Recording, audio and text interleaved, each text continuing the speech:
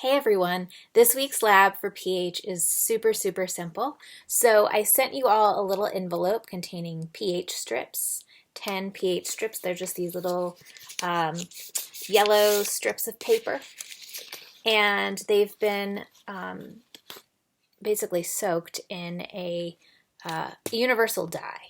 And the key is in that envelope as well. So you have 10 sheets of paper. I'm asking you to test 7 different things. And all you have to do is just stick your strip of paper into the test substance, and then it'll turn a different color. And you compare the color to this guide here and determine the pH. I'm asking you to estimate the pH to 1 decimal place. So if it's sort of between 4 and 5, you can say 4.2 or 4.8, whatever your best guess is. I also want you to tape the strip, or at least place the strip on the paper, and so your table will include the actual strip so I can see the color and see that you're interpreting it correctly. And then, so when you're testing substances, they do need to be liquid or liquidy. So if you have something like Diet Coke, okay, if you wanted to test this, the Diet Coke is a dark brown color, and we would worry that that dark brown color would stain this strip and affect our interpretation of the color.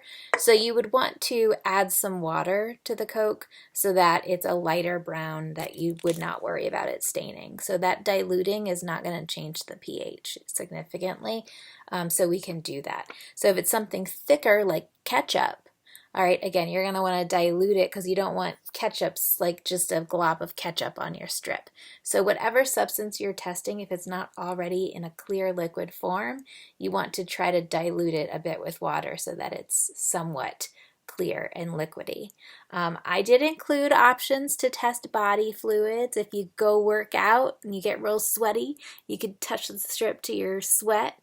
You can spit on a piece of on a plate or something and dip it in your spit, or you might need to spit in a little bit of water because spit is kind of mucusy, and you want it, you definitely want it to be more liquidy.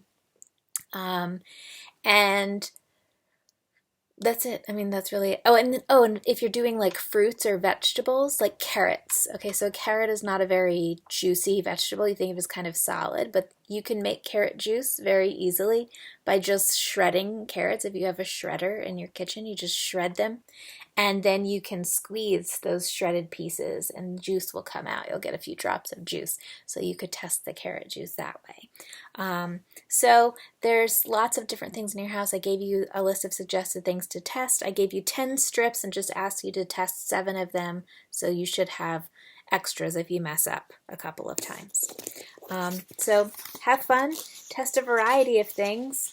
Hope we can get a rainbow of results, and that's all.